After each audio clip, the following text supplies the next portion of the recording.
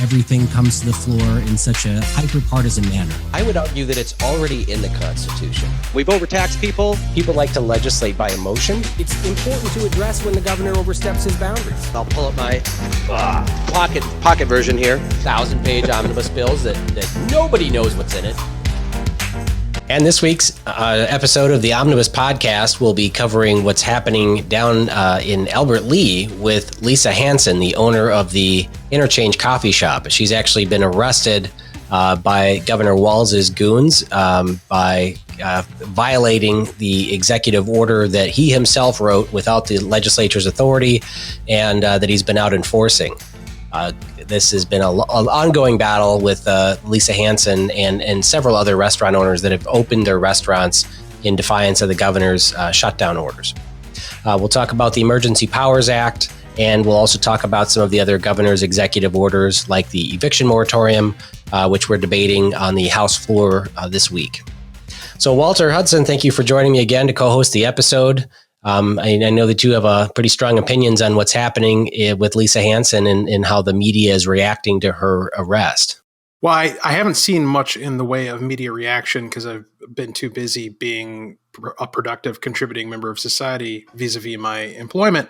But I can only imagine. I'm sure they're celebrating it and tossing confetti over their metro area cubicles in celebration of the fact that an innocent woman who is innocent, she has broken no law, has been arrested for living, for being alive and pursuing happiness in the manner that is entirely consistent with both the spirit and the letter of our most fundamental laws here in the United States of America. Yeah, I mean, I met with Lisa in January. I went down to meet her at her restaurant and was joined by hundreds of other people that came out to protest the governor's unconstitutional lockdown orders. I got to meet her and meet with her employees in her cafe, and we kind of celebrated the fact that she was open. We all bought coffee and T-shirts and food from her and enjoyed live music, and we went out and spoke right in front of the police station about how the governor doesn't have the authority to unilaterally write laws. And the legislature did delegate its authority to the governor, but it actually violates the Constitution's non-delegation doctrine, where you have three separate branches of government: judicial branch, the executive branch, and the legislative branch. And the Constitution says that one branch of government cannot delegate its authority to another branch. There's a reason why we have three separate branches of government. And by the legislature saying that the governor could write law in a time of emergency was itself unconstitutional. So that's one of the reasons why we're challenging the governor in court. And of course, Lisa Hanson and many other people opened their restaurant, open for business during the shutdown, or just refused to shut down, and because they wanted to provide for their employees. Unemployment doesn't pay everything, keep people employed, but it's just the ripple effect that Walz caused by shutting businesses down in our economy when neighboring states. Now, Albert Lea is right along the Iowa border.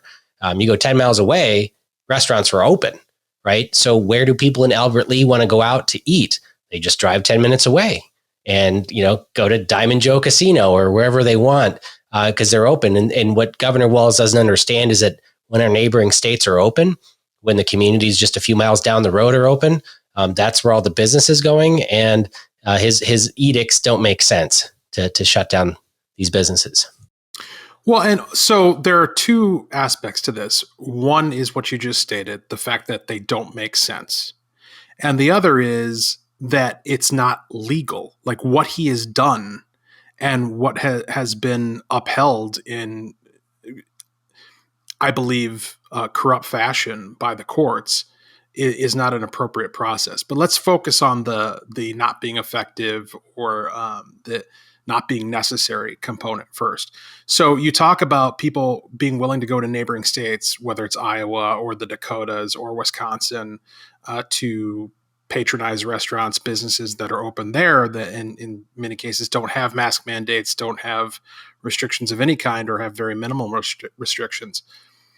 If the governor's case and the case of so-called health experts advising the governor, if their case had any legitimacy whatsoever, then people would have to be suicidal to cross the border in order to patronize these businesses. If in fact you're actually putting yourself at risk, putting your family and your loved ones at risk, risking killing grandma by going to a coffee shop or going to a restaurant, then what you have to assert is that the people who are choosing to do that, who are choosing to cross the border into West Berlin to partake of a coffee or the experience of just going out and going to a restaurant, that they don't care about their lives, they don't care about the lives of their loved ones, and they don't care about the lives of others. If that, in fact, is your assertion, then good luck with that politically, number one. But then secondarily, where can you point to the mass graves? Like, why aren't people being dissuaded from going over into Iowa by the wafting smoke of burning human flesh from all of the mass graves from COVID destruction that's sweeping the prairies of Iowa? Right? Like, it's not happening. That's why. When you look at the data of the differences between how the pandemic has progressed in these neighboring states versus how it's progressed here in Minnesota, the numbers are virtually indistinguishable. And so objectively now, this is no longer a matter of opinion. It's no matter a matter of trusting the experts. It's a matter of trusting your eyes. Looking at the data, we can now see for ourselves that these policies make no sense, that they've had no positive effect, and that they've had a tremendous negative effect on business owners like Lisa Hanson. Well, certainly. I mean, I've met with quite a few business owners who have opened their restaurant in defiance of the governor, many along border communities. But what a lot of people don't understand that support the governor's authority to shut down business owners like this, it's going to have long-term effects because if you go to get a loan from a bank for expanding your business, opening another hair salon, opening another restaurant, that banker is going to see the governor's authority to shut their business down as a risk for investing in that person's business. They're no longer going to say, okay, you want to open a new restaurant, it's going to take you 12 months to get off the ground. So do you have enough capital to last you 12 months to get it off the ground? They're going to say, now show me where you can be shut down for an entire year or year and a half by the governor and still survive. Correct. And pay for your rent. All those things that the governor has pushed upon people because that's now a risk that the banks have to assess in funding businesses. And one of the big indicators of whether you can survive, whether businesses want to open up in Minnesota, is access to capital and political risk. It's the reason why we don't open a ton of restaurants in Venezuela or businesses in countries that you don't want to do business in these countries, because the political risk of the government just taking over your business is there. Why some companies don't invest in China without locals there that are running it. It's just the government can shut you down. Well, now there's political risk in liberal states like Minnesota where the governor can make decisions for you, shut your business down, or pick winners and losers, and like the governor has done. So, I mean, the unconstitutionality of these executive orders weighed heavily on a lot of these decisions for business owners to keep their business open. And Keith Ellison was sent in there because the governor thinks he can write law. And then, of course, the governor is the chief of the executive branch, which is like the chief law enforcement officer of the state. He enforces the laws. Well, if he gets to write his own laws and he can enforce his laws, then Keith Ellison runs around throwing people in jail, like Lisa Hanson. Now, let's also talk about some hypocrisy in this too. I mean, I support law and order, but we have someone like Dante Wright, who had an outstanding warrant for his arrest, and they just kind of wait until people get picked up at traffic stops like this. But Lisa Hanson, they actually went and sought out. She wanted to keep her business open. She was staying at an Airbnb in central Minnesota, and they went and found her. They actually investigated and found her because she has a very important event coming up this Saturday. I was invited to speak at, but I can't go. But the gubernatorial candidate, Scott Jensen, is going to be there. Eric Mortensen is a state representative. He will be there. Jake Duesenberg runs an outside activist group. He'll be there speaking. And they wanted to catch her before this event because it's been getting a lot of publicity. So they went out and sought her out as for a nonviolent, crime that the governor thinks that because he wrote his own law, that he's out enforcing his own law that he wrote, and arrested her to put her in jail. Yeah, this tells you everything about their priorities, right? I mean, they sit by and do nothing as Minneapolis and St. Paul burn, as Brooklyn Center burns and is rioted and torn apart and looted. They're not willing to go after those people, or more fundamentally, go after the organizations that are behind shipping these perpetrators in. And as you mentioned, somebody like Dante Wright, we talked about this on a previous episode, this bizarre phenomenon of having people with outstanding warrants for their arrest for violent crimes that we then just kind of like wait and see if they show up. Hopefully they have a taillight out at some point, because apparently that's how we catch them. It's just really bizarre to me. You would think that instead of having a guy who sits in a speed trap for 6 hours trying to raise revenue for the municipality, that he would be tasked with actively going out and finding somebody who's known to be a violent criminal and getting them off the street.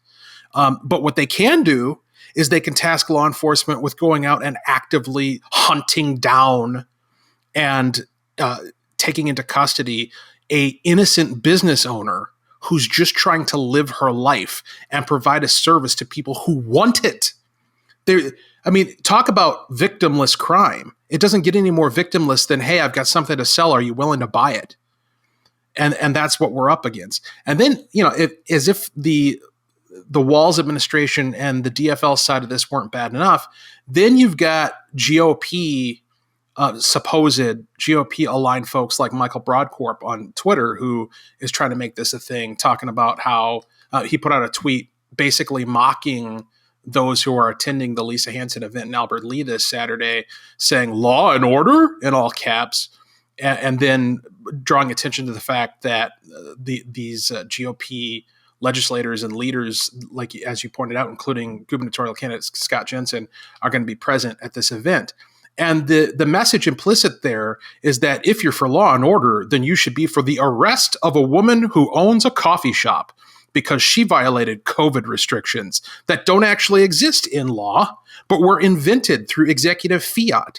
And as we've covered on this program, and people can go back and check out that coverage in detail, these executive orders and the emergency power wielded by Governor Walz has been abused to the furthest extent possible.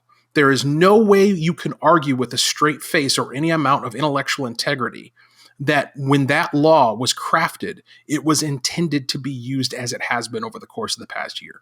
Yeah, again, you're absolutely right. When legislators, the last time they've touched the Emergency Powers Act was back in the early 2000s under Governor Pawlenty. And yeah, it was absolutely written for natural disasters and emergencies like a fire, a flood, a chemical accident, an industrial accident, or a chemical spill, something extremely temporary and not necessarily statewide for a specific area, so they can mobilize the National Guard and perhaps change some regulations to allow trucks to run longer than they were supposed to.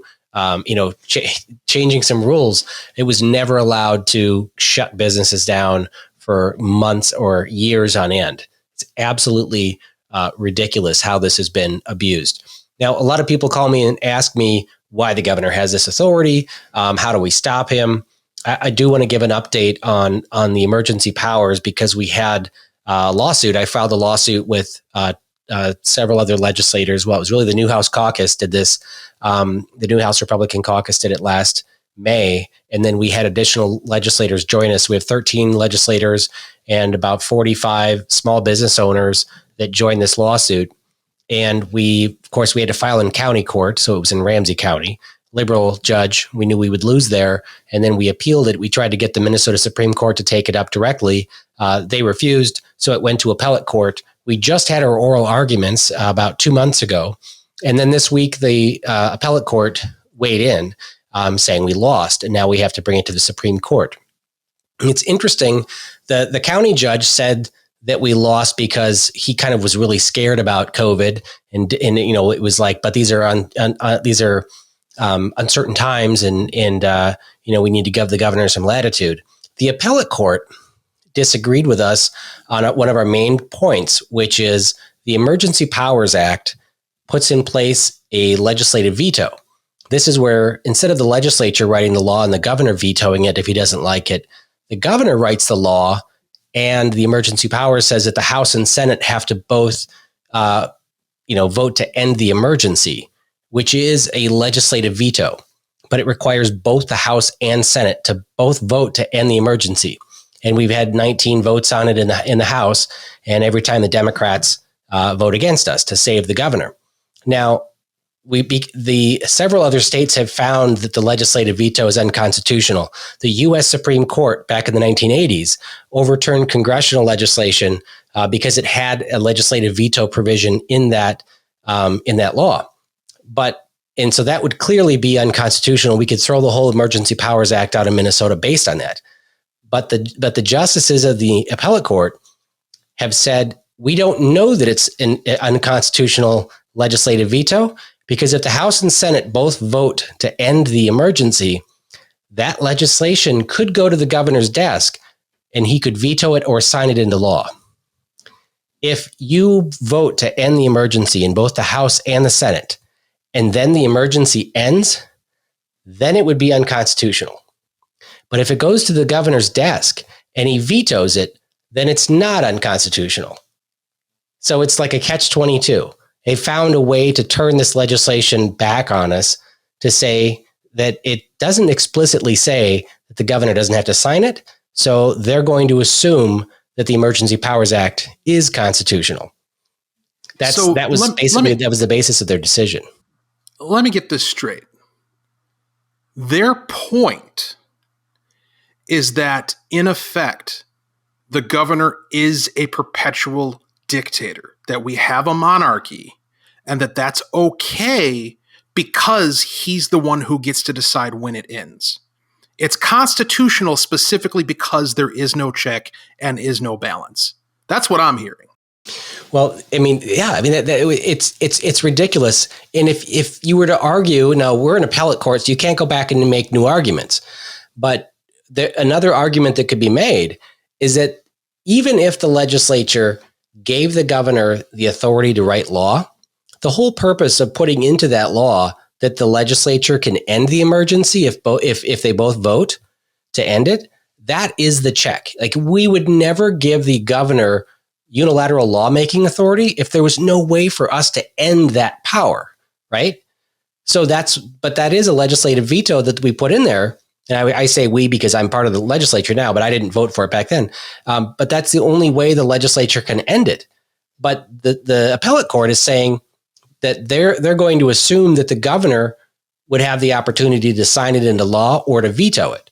Well, the legislature would never give the governor something that the only way they could take it back was to basically ask for it back, and he could say no.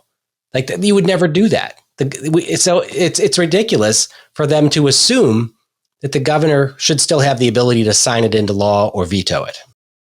I don't know how wise this would be from a campaign perspective, but if I was in Scott Jensen's position right now, which is to say, if I was running for governor, I would be curating all of these judicial opinions, and then I would go out and have a press conference where I basically pledge to apply the absurd precedents that are being set by these judges and say, when I'm elected governor of the state of Minnesota, I will immediately declare an emergency, and then I will unilaterally and single-handedly reshape the law of the state of Minnesota in perpetuity to my liking, according to my very thin niche constituency, and no one can stop me. As ruled by the Minnesota appellate courts and all these court decisions. Because apparently, once the governor declares an emergency, that's it. You can't overturn it. The legislature can't veto it because no such veto exists because he would have to sign it into law. And we're just stuck in this Groundhog Day feedback loop of every 30 days, the governor gets to decide he's the king of Minnesota again. And there's nothing anybody can do to stop him. That is what the court is saying. And so I would test it in the position of running for governor that Scott Jensen finds himself in, or any other candidate who enters the race. So somebody should be bold and come forward and say, okay, if this is really the way we do government in Minnesota, then let's do it. Let's go all the way. We're going to end abortion in Minnesota. We're going to end all of the green mandates. We're going to end public education, like go large, right? Like just promise all these things that you know are going to drive the left crazy, and then say, hey, you're telling me that on the basis of an emergency, the governor can just write whatever law he wants with no check and no balance. So I'm going to use that power. If you're telling me it exists, then we're going to use it for good. Now that'd be pretty incredible. I also need to point out to the listeners that that Scott Jensen, then Senator Scott Jensen, was the first legislator outside the Newhouse caucus to sign on to our lawsuit. So he's one of the 13 legislators that's on that lawsuit. And that was pretty bold to be the first senator to join us in trying to end the emergency powers through the judicial system. I mean, I feel like the law that the emergency powers of the governor have to end when he starts campaigning in Greater Minnesota. From my perspective out here in rural Minnesota, I don't see any support for him so long as he, wields his power, and he has to end it. And then there has to be a little cooling off period so that he can, go out into rural Minnesota without getting rocks thrown at him. Because there are so many people that are so frustrated with what he's doing and the fact that he's politicizing the emergency powers. And, remember a year ago, it was almost a year ago, like nine or 10 months ago, he offered to end the emergency if they would put in a mask mandate and sign his bonding bill. Like if you just do these two things, put in a mask mandate, but make sure you pass this bonding bill, then I'll end my emergency powers. It was crazy that he was just dangling that, in front of people, and politicizing it clearly. Which demonstrates that it's completely disingenuous. Because if you actually believed that it was a life and death emergency and that these policies were required, you wouldn't commoditize them. You wouldn't turn them into a commodity to be traded as a political bargain. I mean, if it's an emergency, if it's a legitimate, if the building's on fire and you're here to put it out, you're not going to sit there and start negotiating the price for the water. You're just going to do the job. The fact that he's willing to sit there and play cute it's an admission that he doesn't think this is serious and that he's using the power for power's sake and for his own political expediency. A couple of anecdotes that demonstrate your point about the need for him to walk back from this before he goes outside of the 494, 694 loop. Here in Albertville, which is not far away from the urban core, a friend of mine who's also a constituent, who looks a little like Tim Walz, is starting to report that he's getting cornered. People are like, "Hey, are you the governor?" And he has to be like, "No." And for that 30 seconds that people think he might actually be Tim Walz, he's like, I feel like I might come under assault. Like somebody might hit me if they think that I actually am the governor. So there's that going on. And then our friend Jay Dugan, who runs rocksandcows.org, I forget which county he was reporting on, but there's some county that the governor is planning on going to for fishing opener. And the fact that he's going there has apparently caused a ruckus amongst the populace. And the county board out there had an earful from people who are like, we don't want the governor of our state coming to our county to fish. That's how bad it is for Governor Walz right now. Yeah, I thought he was going to get run out of office last year, even in the metro, because when I went up to protest at the governor's mansion in mid-April, which was only a few weeks after he declared his emergency, I was joined by hundreds of people in front of the governor's mansion, and most of them were, I shouldn't say most of them, but at least a half of them were Democrats, or, it seemed like half of them. And I mean, they were nurses and hairstylists and bartenders, waitresses who would normally vote Democrat, but were so upset because their jobs were in jeopardy. Remember, this was when he said you're either essential or you're non-essential. And even though you're a healthcare worker, he took most of healthcare services and shut them down. Right? Dentist offices were closed. Veterinarians were closed. All of the outpatient clinics were closed. It was emergency services only. And so there were like 16,000 nurses that were out of work, and they were upset at what the governor was doing. And so, I saw so many signs in restaurants in the metro, the do not serve this man, and it had a picture of him. So I don't even know where he's going to go out to eat. He would be better off just moving out of state. And I'm surprised that he stayed in office this long. And when I see these polls coming out from, granted, liberal papers showing that he has a more than 50% job approval rating, I'm just shocked. I really am. Is from where my perspective out here, people are sharpening their pitchforks, and it should be months after he ends his emergency that he'll come out campaigning. But things are going to be heating up here in about 3 weeks when the legislative session ends, and you'll see several legislators decide they're going to run for governor, and things will start heating up on the campaign trail.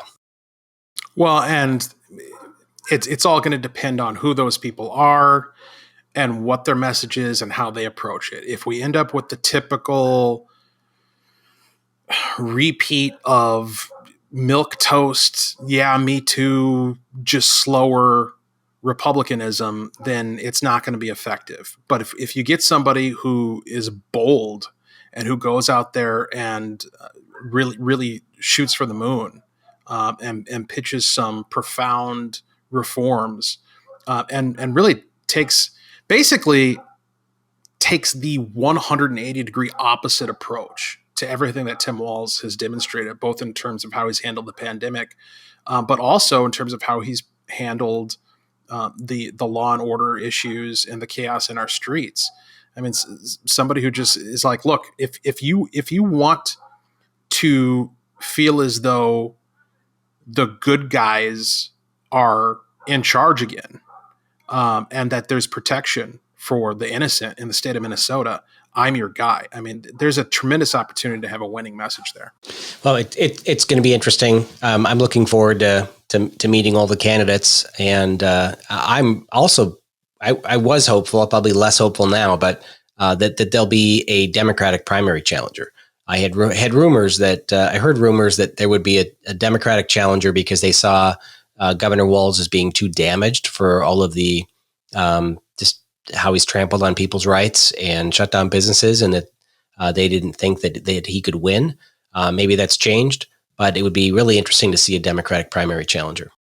Yeah, it would be. I just don't know. See, the DFL has such a lockdown on their apparatus and such tremendous collectivist party discipline. I would find it very surprising if somebody stepped up and challenged Walz, even though it probably should happen from an objective political standpoint. Well, besides the mask mandate, which is a hot button issue for a lot of people, there's not many executive orders that are still in place that have people that have them so fired up. There's limitations, restrictions on gatherings. Like I have a friend that owns a big event center for weddings, and they're still at 250 people that can be in there. So nobody's holding weddings there because that includes staff, catering, all that kind of stuff. So they're planning their weddings in Wisconsin, Iowa, or North or South Dakota. So there are several restrictions still in place that do impact a small percentage of our economy, but for the most part, he's kind of turned his knobs far enough to relieve the pressure on most things except for the mask mandate, and the eviction moratorium, which also may not affect every Minnesotan, but if you own a rental property, it has likely had serious implications to your business. And the eviction moratorium says you can't evict someone if they stop paying rent. And you have people like Ilhan Omar, Congresswoman Omar, who sent out letters to apartment building people that lived in apartment buildings saying, rise up, stop paying your rent. We need to change how we do things, in the housing market, and really telling people not to pay rent. And I've heard from property owners whose tenants were, 10 months behind in paying rent because they didn't have to. And there's no possible way they can get caught up. And the state of Minnesota had programs. They put like $100 million into a fund to help pay for rent if you're behind. And their tenants called and they don't qualify because they make too much money. So, I don't know what the solution is other than to remove the eviction moratorium and let the markets work, right? As a property owner myself, I don't want to evict everybody who hasn't paid rent. I'm going to work with them to get them caught up, because when somebody moves out and somebody else moves in, you have a big period of time in between. You have to go in and paint and get stuff. So you're going to lose a month's rent. People moving out are going to cause damage. They have, once you start the eviction process, which is expensive, there's a risk that they can do significant damage to your property. And so you don't want to just get rid of people. You want to work with them. But if the governor is telling them they don't have to pay rent, that's a big incentive for people just not to pay. And there are thousands and thousands of Minnesotans, I think well over 10,000 people that haven't been paying rent for a certain length of time. And we need to fix that, because for the governor to say that your tenant doesn't have to pay rent, that is a taking. That isn't just a benefit he's giving the tenant. It is a taking from the property owner. You're taking someone's possession of their property away. And there's also the situation where tenants' leases were supposed to end on the end of August last year. That's a common, especially around universities and stuff. So the lease is supposed to end August 30th, and you go out and find new tenants in June or July. You don't want to wait the last minute. You're going to find somebody that's looking for the property at the end of the lease. You sign a lease with them, a binding contract between two people. You have permission to take possession of this property. And then they end their lease or sell their house or whatever they're doing, or they move here, right? And they expect to move into the property. If the property is not vacated by the previous tenant, you as the property owner have a contract. You are supposed to provide housing for that new person starting September 1st. So what do you do now? The governor has told the person they don't have to move out and they don't have to pay. And then the new person you've signed a contract with, that's binding. So this is, again, it's a taking from the property owners. It's a clearer taking than so many other cases. And yet it's impacting thousands and thousands of property owners. And we're not talking about some big landlord. It's just people that they've moved to a larger house and they've kept their other one and they want to rent it out for some extra income. Or people that buy a side-by-side duplex knowing that tenant is going to help pay their mortgage for the whole property. So there's been foreclosures happening. People have been losing their homes or their rental properties, their investments, their entire retirement income because of this eviction moratorium that the governor's put in place. And so the legislature this week, we've been debating. The Republicans in the Senate put what they call an off-ramp to the eviction moratorium, which basically gives people more time after it ends. As long as people are applied for rental assistance, you can't evict them and stuff.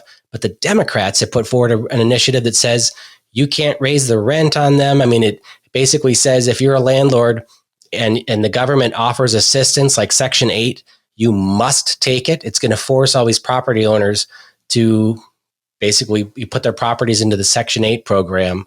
And it's going to start socializing housing. It's just enormously socialized housing in Minnesota. Well, and think about the circumvention of local government planning and zoning that represents. As somebody who sits on a city council, I can tell you that that's one of the top topics that has been discussed is multifamily housing, what it should look like, whether or not there should be any, and if we have any, the extent to what type of housing it should be, the category that it should fall in. And so a city has a vision for what its future ought to look like and tries to implement that through planning and zoning and policy decisions made at the local level by people who actually lived there and were elected by their neighbors. And then here comes the legislature and the governor saying, no, through the back door, through fiat, we're going to dictate for you that you're going to become Section 8 now. Albertville, you're going to become Section 8 now. St. Michael, you're going to become Section 8 now. Woodbury, it's like, really? Well, that's an interesting, for people who claim to be all about democracy and representing the people and the will of the people, that's a tremendous subjugation and circumvention of the democratic process at the local level. Yeah, and it's going to be, I mean, I'm fearful of how much it's going to change the rental property business. I've been a property owner since the year I turned 18. I went to the University of Minnesota a year early and got I went through the real estate classes to get my real estate license when I was 17. So the month I turned 18, I did all the paperwork and started a real estate company with a friend of mine who was like 25 years old, and he became a broker. And we were right in the Dinky Dome. So I bought my first rental property when I was 18 and lived there throughout college, and tried to buy a property every few years. But I've had a few, several properties as rentals, but I've not been, it's never been my full-time job. The amount of regulations that went into the city of Minneapolis, and I had properties in St. Paul, drove me out of the cities. I didn't want to deal with it.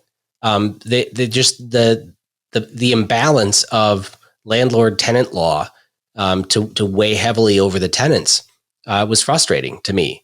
And the city regulations on property owners just didn't make it worth it. Wasn't worth the headache. So I moved properties that I owned into rural Minnesota. And now with these statewide regulation changes, I don't feel like I want to be owning properties either. They in order to reduce the number of evictions, the Democrats are steadfast in preventing property owners from seeing who's being evicted. When you have people applying for your property, it seems appropriate. You should be able to know if they are currently being evicted from their existing property. Minnesota, we can see that because as soon as a property owner files an unlawful detainer against someone for not paying their rent, it shows up on a record. And by, having that information, I could ask the person, well, why are you being evicted? Well, because I had a lease that was $1,800 a month and I couldn't afford it. But now me and 3 roommates are going to go together and rent a place that's $1,200. Oh, well, that makes sense. Now you can afford it. Okay. But if I don't have the ability to see if they have an eviction, people could just hop from place to place and take advantage of this loophole. So the Democrats want to not only prevent you from seeing who's being evicted, but then even after they've been convicted of this or actually, been evicted, they want to have it automatically expunged if a previous landlord says it's okay, or if the court finds that there was medical issues that came up that would they had major bills they had to pay. I mean, it's always excuses to get it expunged and prevent people from seeing it. And it's going to cause more evictions by doing this. And it just seems like the Democrats in the House just don't understand how rental properties work and how the cost of rent, can't be controlled. It can't be mandated to be lower because the cost of rent is just reflective of the expenses of the property. And the more evictions and vacancies you have, the cost has to be shared by everybody else that's living in the property. We also have a movement to get rid of the ability to see criminal background checks. That we see that on the employment side right now, where they're trying to say employers can't do a criminal background check until after they've offered you the job. Yeah, you're giving them more credit than I am in saying that they don't understand how all of this works. I believe wholeheartedly that they absolutely do understand exactly how it works and what the effect of their policies is going to be. And it's betrayed in the statement that you referenced from Ilhan Omar, where she's out there encouraging people to not pay their rent. Because why? What's the reason that she gave? The premise? Well, because we're going to change the way housing is done in the state of Minnesota. And this is an activist direct action, not paying your rent. Okay. So she understands, we can tell 100% for sure by her own admission, she understands exactly what it is that she's trying to do. It's trying to destroy, it's trying to do the same thing they've done to the healthcare system, try to destroy the private aspect of it to create a crisis so that they can then offer their public solution. You're going to be looking at an expansion of public housing like you have never seen before as a solution offered for this manufactured crisis that's been entirely created by them, by Governor Walz and by the DFL. Yeah, and I served on the housing committee for 2 years in the Minnesota House under Democrat control. And I thought that I could bring my, 27 years or whatever of experience in housing, having, properties that I've purchased, flipped, rented out, owned, developed, whatever, all this stuff would come into play. And because we all have the same goal, we want to make housing affordable. We want to make sure everybody has a place to live, right? Maybe not all the government's responsibility, but we want to make, I have solutions to make housing more affordable by removing regulations and restrictions. There are so many stupid laws. And I talk to builders all the time. They're like, well, why are you doing this way? Because it's the law, it's code. Well, but that doesn't make sense. There's better ways to do things, and we've created so many regulations in our state that to build the same house, like the median house, I don't know what it is, $250,000 in Minnesota, the same house built in Wisconsin is like 25 or 30% cheaper. And it's because of the setback requirements and everything else that goes into building and the regulations and the codes. The houses aren't any less safe in Wisconsin. They're just built to different standards. If you want a more expensive, a more well-insulated house, you can, if you want to spend it, but you don't have to, right? I mean, we've taken the starter home. We used to have that, Cracker Jack box or, just a small, simple, square assault box house. And the regulations now have created this larger house, super insulated. So it's so well insulated that it's so airtight that now we have mold problems in the houses in Minnesota, and we have to create these heat exchangers, air to air exchangers that actually take air in your house and just blow it outside. Where's the efficiency in that? Yeah, what they're doing the same thing with housing that they have tried to do in labor, which is completely eliminate the first few rungs of the ladder for people who are just entering the market or just entering the workforce. You need to have a minimum. The minimum wage needs to be set at such a level that you can provide for a family of four, right? All by yourself. Well, that's insane. Nobody who works a minimum wage job is trying to do that, or they shouldn't be. But in order to get to a point where you're able to provide single-handedly for a family of four, you might have to work your way up through a few minimum wage jobs. They're just eliminating that. And it's the same thing with housing, where now, as you point out, we're not going to have starter homes. We're not going to have homes that are of lesser but acceptable quality to the person who's voluntarily choosing to buy it because they want to own a home. As a step in the direction that they ultimately want to go. No, your two options are you can be a homeowner or you can be on the lam. You could be on the dole. And whether you're talking about housing or labor or education or any of the issues that the Democrats are attacking and dominating full force in this state, that's their ultimate objective, to set the bar so high for being able to independently determine your own happiness and course for life that you have no choice but to become a dependent upon the state.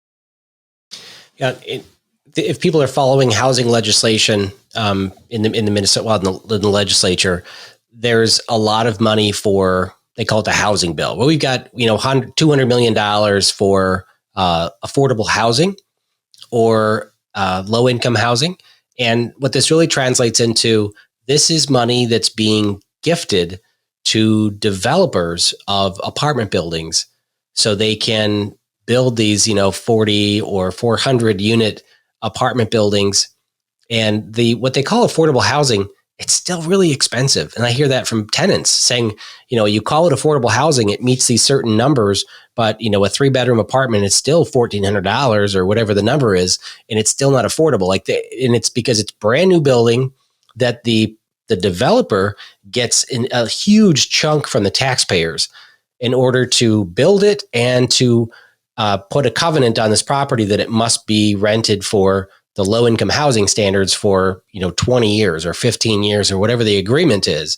But the property owner builds it and then sells it to a real estate investment trust or some investment company, and then they move on. So they take their big fat 20% or 30% on the project, and they move on.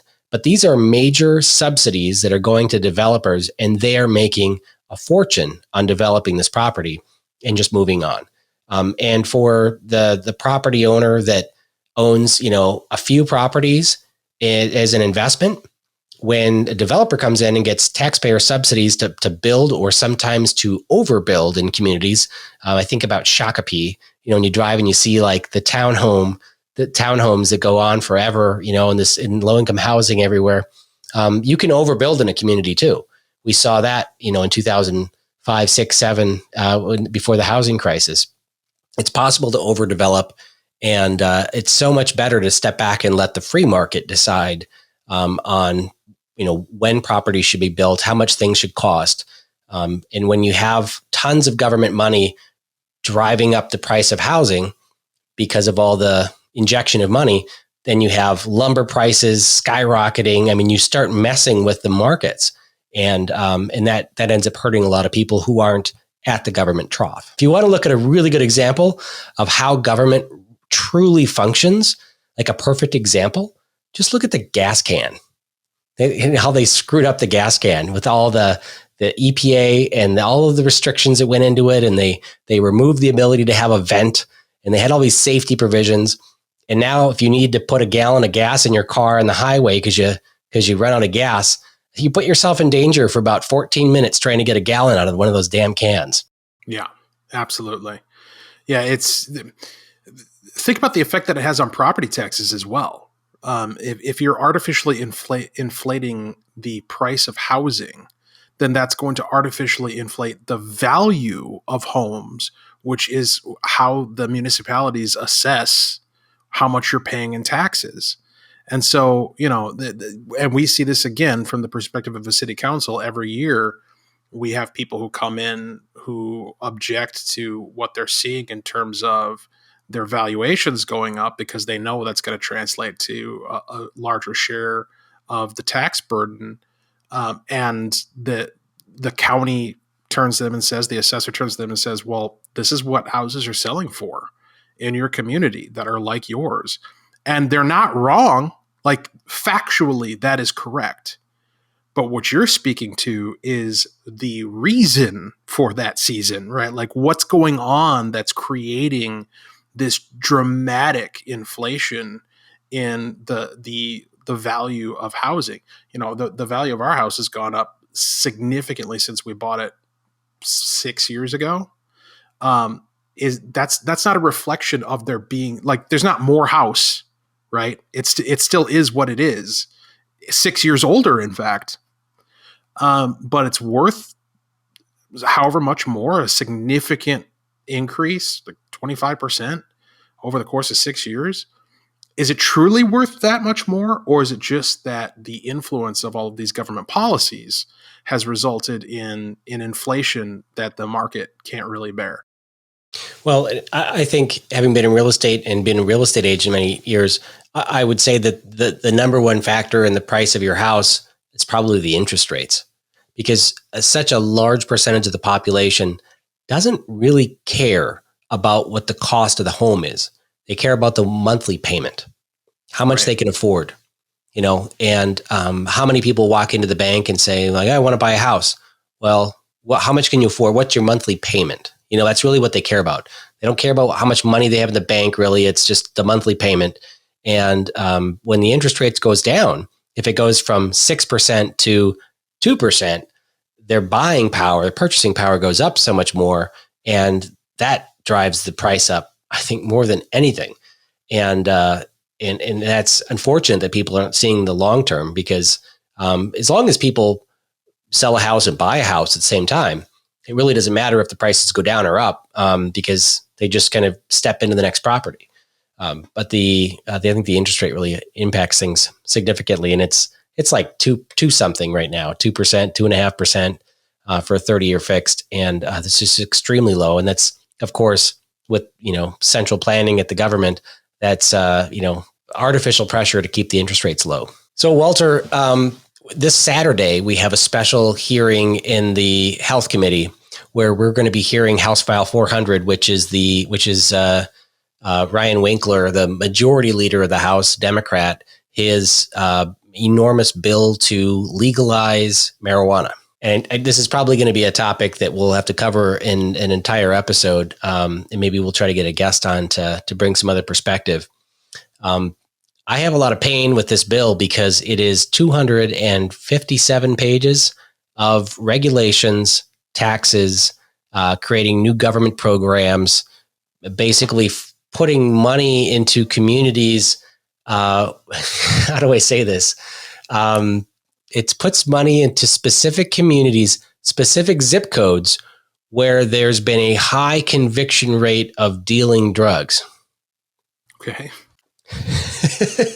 If we're going to inject government money into starting all these marijuana selling enterprises, maybe we as government feel bad about convicting, tens of thousands of people of selling marijuana. So let's give them startup programs to sell weed. Yeah, it's an interesting choice. I mean, and maybe this isn't the direction you wanted to go, but it does raise an interesting philosophical and moral question of if you are going to decriminalize marijuana to a large extent, what do you do with all of the people whose actions under the old regime were deemed criminal and worthy of incarceration, and now under your new policy, if they had done the same thing, it would just be another Tuesday. Do you take the stance of, well, they broke the law and the law is the law, whether it's current or not, and therefore they should stay in prison? Or do you look retroactively and say, listen, we have reconsidered the wisdom of this policy, and in light of that, we're going to be merciful and historically consistent with how we applied the old rules? Well, I could bring it full circle and say, if that's your position, that we forgive previous crimes because it's no longer illegal, then what do we say to Lisa Hanson, whose crime was opening up a restaurant when we're allowing restaurants to open now, right?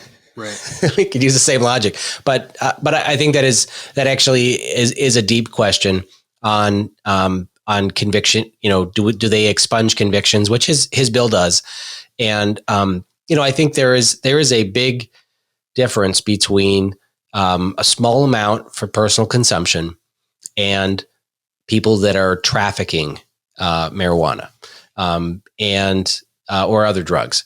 And I think that Minnesota has it's a very petty. It's not a crime. I guess crimes are not petty misdemeanors, but it's like a traffic ticket level offense for having a very small amount of marijuana in your possession.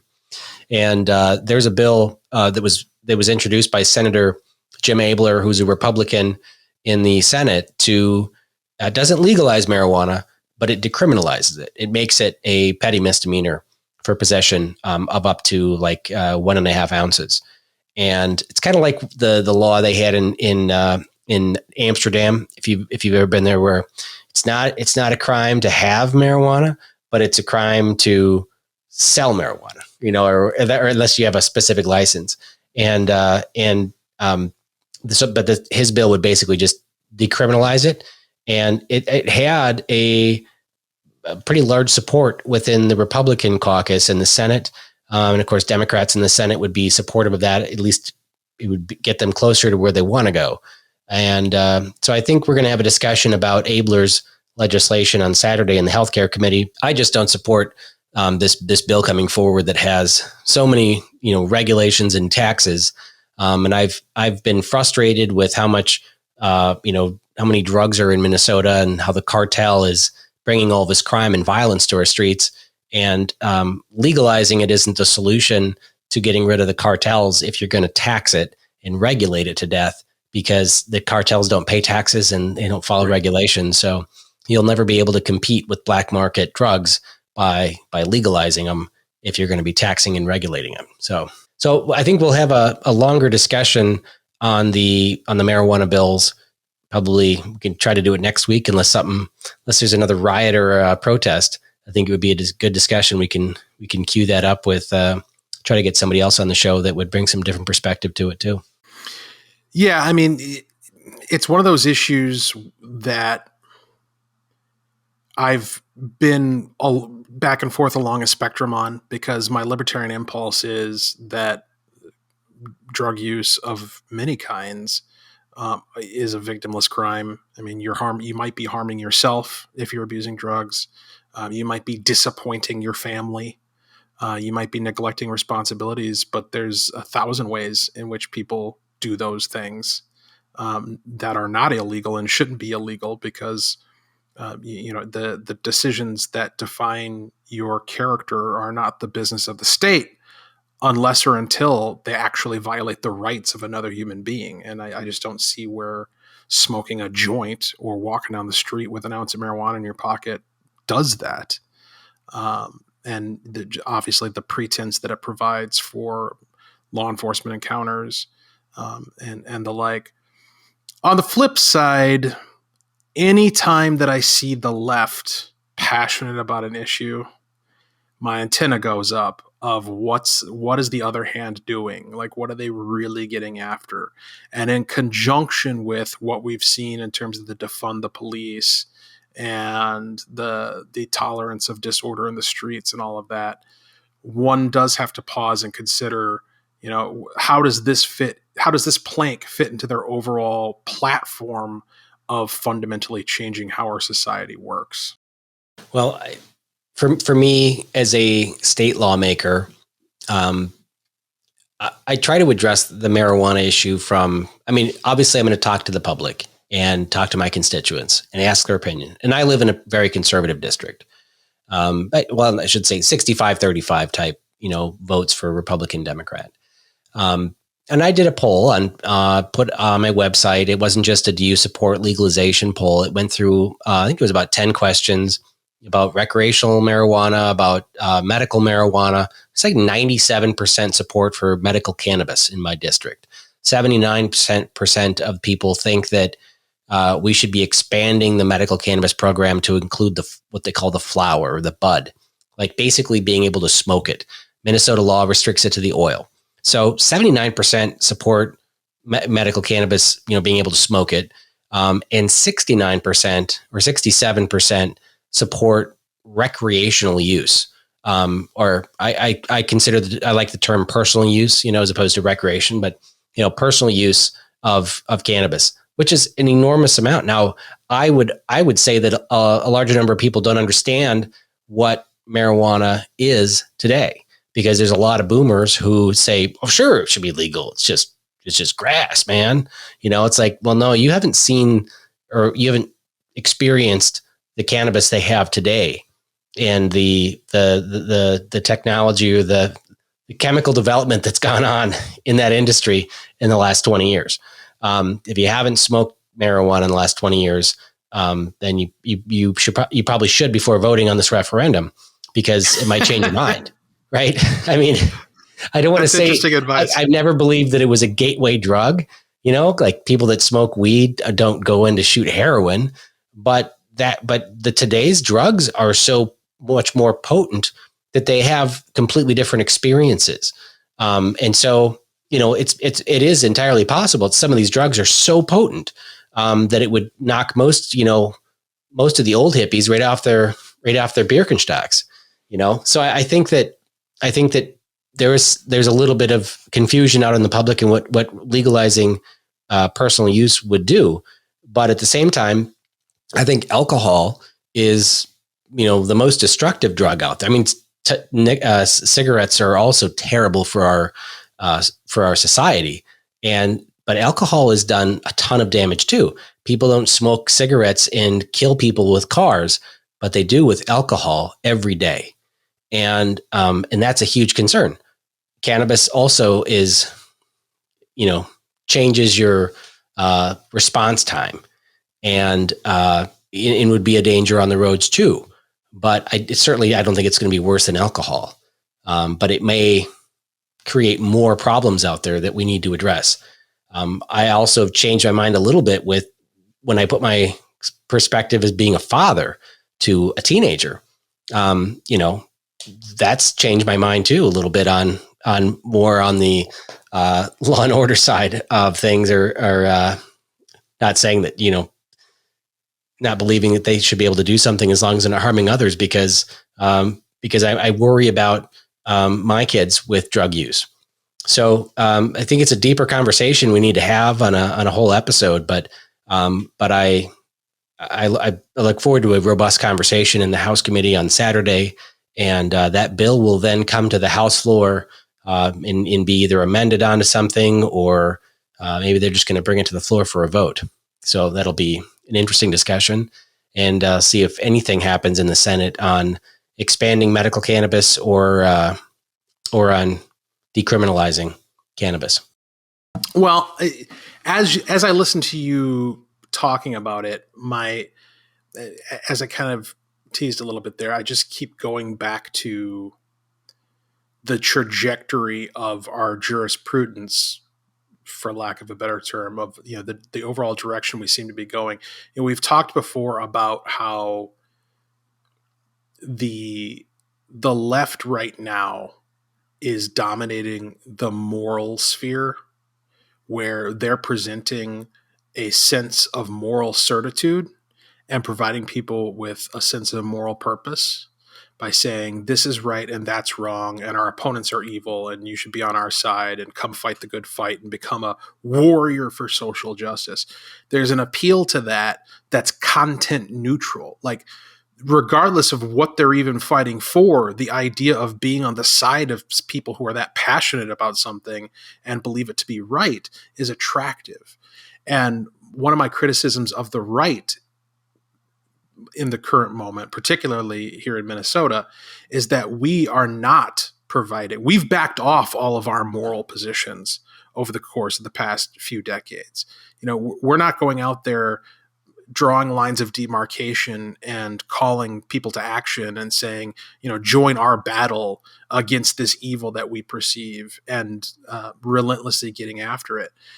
And the marijuana issue strikes me as, even though I 100% agree that it ought to be decriminalized, legalized, somewhere on that spectrum, at the same time, it just kind of strikes me as potentially another example of how those of us on the right are kind of floating this, whatever you want to do is fine notion out into the ether, which is attractive from one perspective, but it's not inspiring.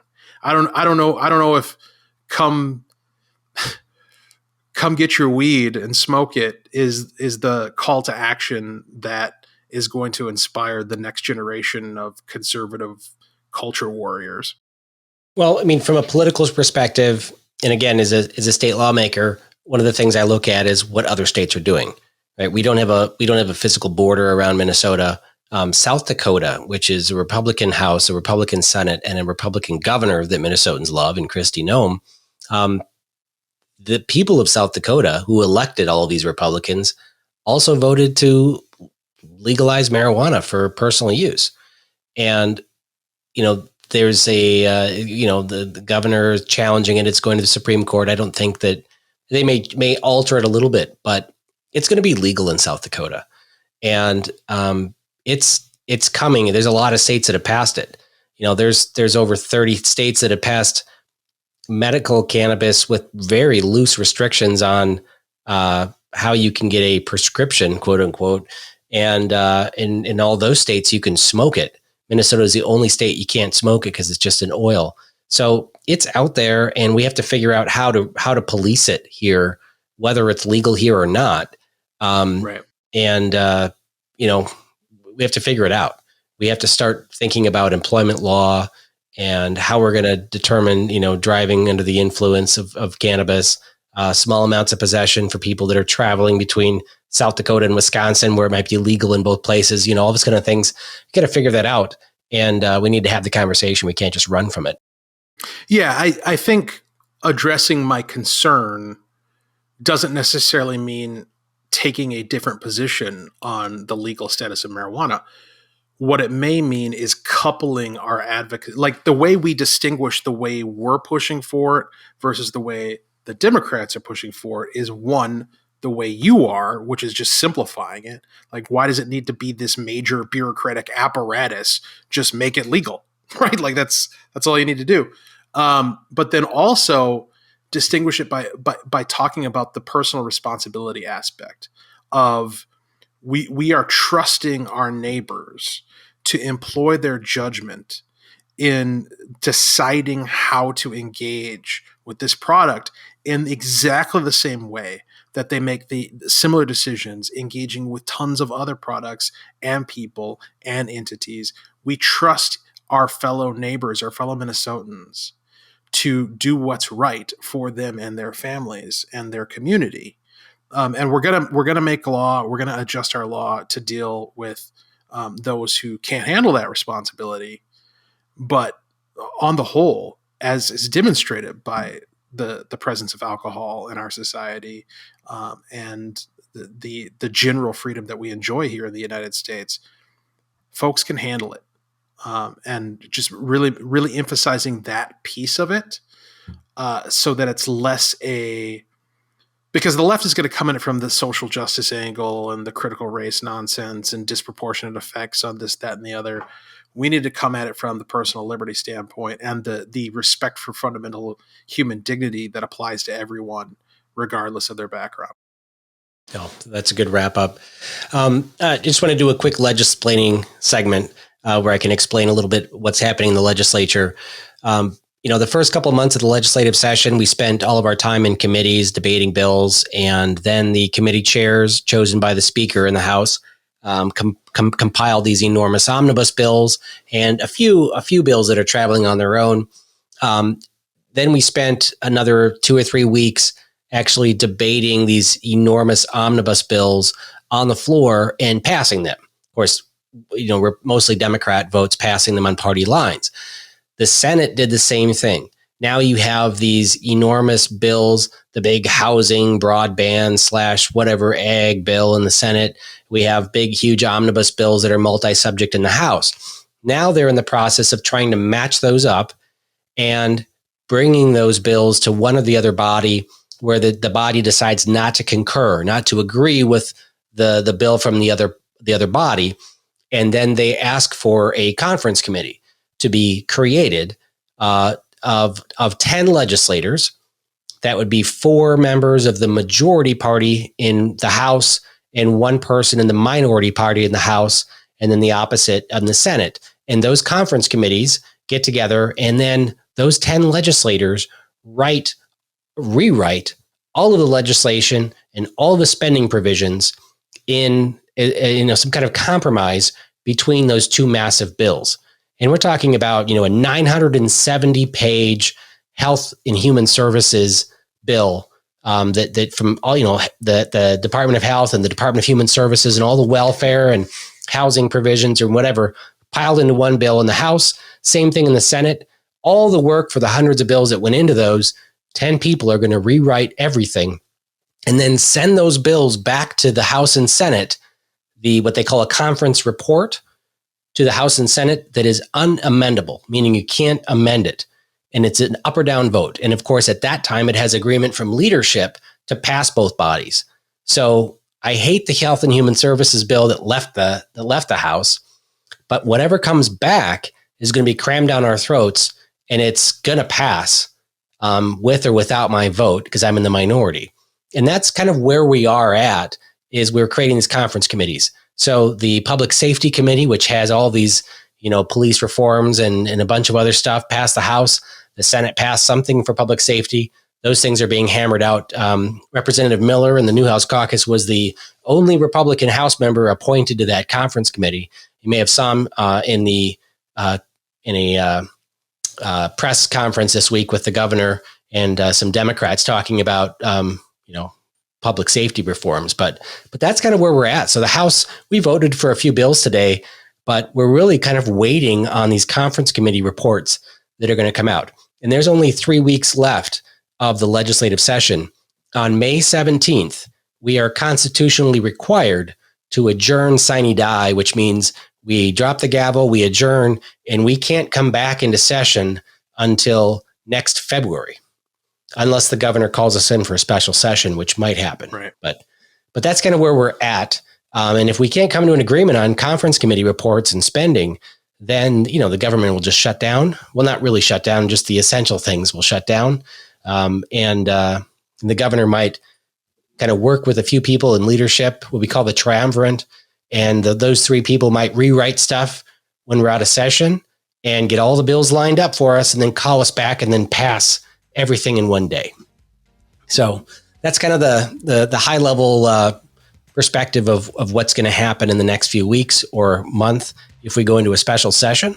And if you guys have any questions, certainly reach out to me. But this wraps up another episode of the Omnibus Podcast. Thank you, Walter Hudson, for co-hosting with me again. Absolutely. Glad to do it.